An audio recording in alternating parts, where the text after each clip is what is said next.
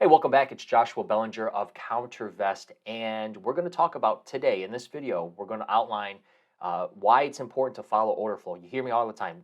Following order flow can be useful, and I'm going to show you an instance where it is useful, why I find it useful, but more importantly, trading options. Isn't just about buying long calls, buying puts. Uh, Trading options provides opportunities to be strategic, and I'm going to show you strategic opportunities in the options market. This one specifically, I'm going to show you why it's important to understand that type of positioning, why that's important, and how to understand it and how to take advantage of it. So we're going to talk about open door technologies today, and the reason why we're talking about it is because earnings just came out after the close, and shares are trading up 1730 by 1735.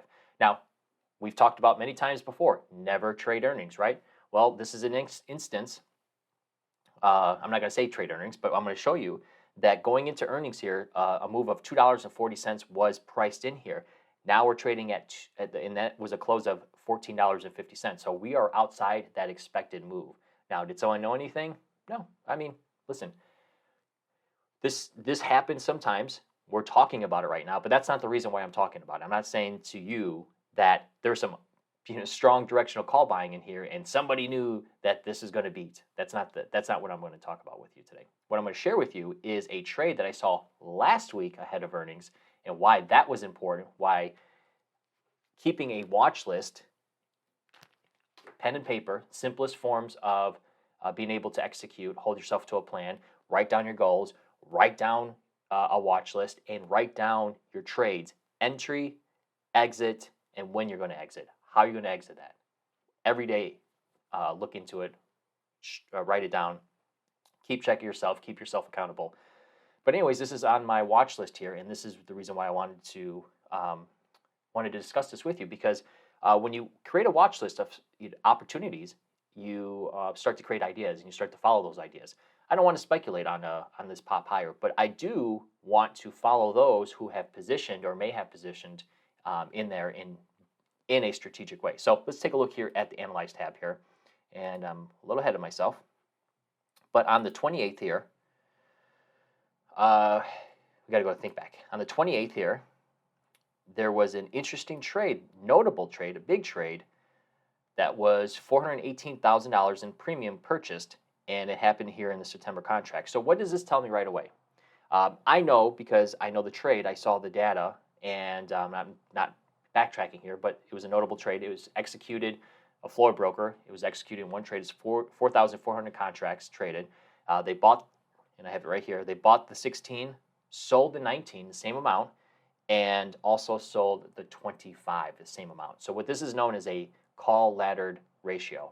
Typically, you see a call ratio where they do a 1/2, and that would look like buying the 16 and selling 2 times the amount of 19s. But what they did here is they laddered it a little bit more, and possibly the thinking behind that, I can only assume what they're thinking here, is that a stock like this, which is hard to borrow and could push through their level, it would give them a little bit of cushion to take in a little bit of premium and also kind of exceed that. The reason why you would do a ratio is because you want to offset, you want to sell more premium than you are buying. That's what you're looking to do. Now, if you thought there was a possibility that this could really move, which is a stock like this, you would go a little bit further out. You're not getting as much premium as they did here.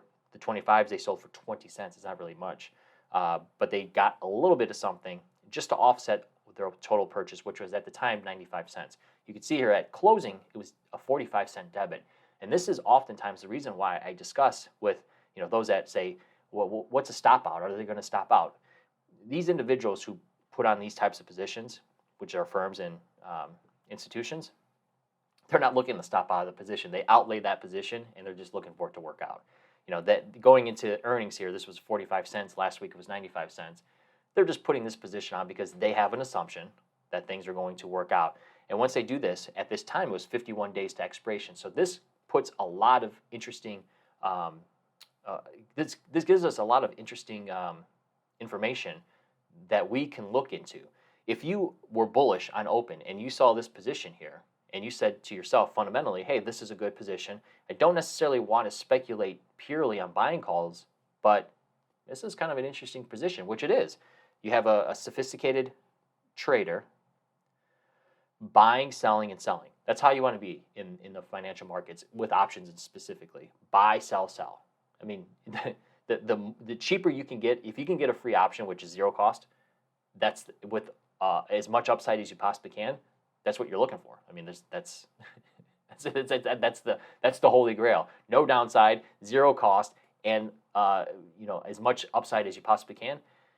You have to do that in a strategic way, and you have to be right about your speculation as well. So, anyways, we have this. They had better than expected earnings, and it's moving outside of there. Now, tomorrow, the reaction we could see selling, we could see more buying. We take a look here at the chart. We have the 200-day moving average, which is going to be resistance at 2134. Who knows what's going to happen here?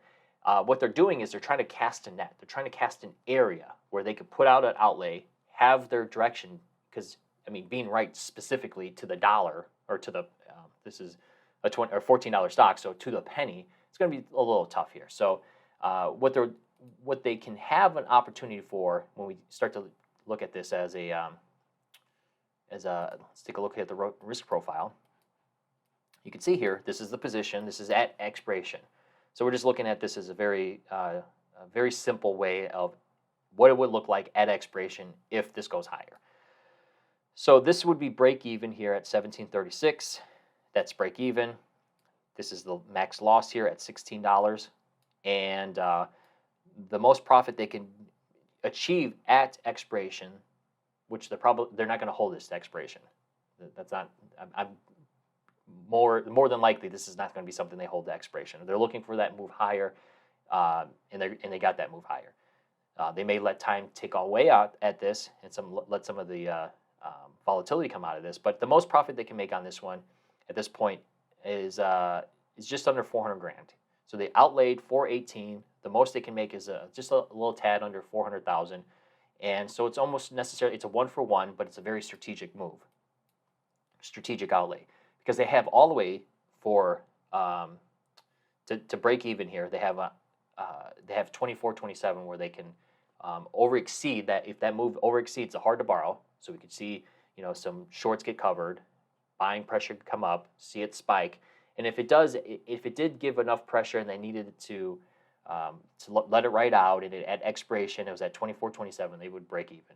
So that gives a pretty decent upside move, which is up to 25 here. And if you just look here where the stock traded or closed at, and we look at just about 24-ish, I mean, that's a 67% move within the next 37 days. So that's very strategic, and this is how granular and how how interesting it can get with putting out positions.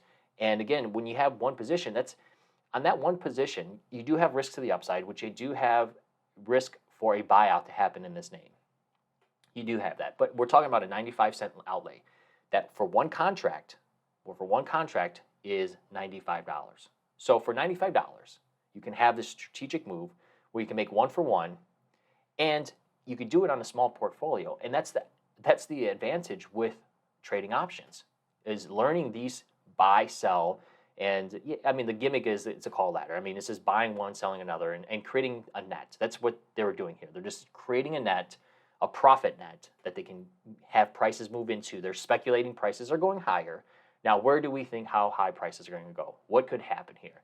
Managing a risk. So again, thesis, trade structure, and risk management. Those are the three things I discussed with you. Hopefully you start to learn and you start to pick up on it as well. But those are the key things. And this is why it's interesting to keep a watch list here, because after earnings now, if you wanted to speculate and trade alongside this this trade, or put on something similar, maybe just a basic call spread, now you sidestep this earnings risk. And if prices do continue to go higher, you can profit alongside them as well and do it in a more strategic way. So if you bought this at 45 cents, it's going to be profitable tomorrow morning, and you can cash out, walk away. But if you didn't want to speculate, you wanted to wait till tomorrow, or wait until after earnings, and use that activity, that positioning, to ride that momentum afterwards, then you have that as well. So that's why it's important to understand what positioning is going on, and what why the positioning is going on. We talked about this. I saw this last week. We all know that earnings is this week. Why is someone putting on this position? Well, they're bullish and they're putting on a structured position, looking for prices to go higher. So that's what I have for you today. Listen, I mean, options can be profitable, and then they can be a tough cookie to crack as well, as you see here. But understanding what's going on in the options market, understanding positioning, where money is flowing, that's important. And where money is typically flowing is where prices typically follow as well. So follow the money, prices follow and go higher, depending and typically on that as well. So that's what I have for you today. Make sure you like the video and you subscribe to the channel at YouTube. Also, I may in the future be sharing these kind of watch lists with you. So we'll talk to you then.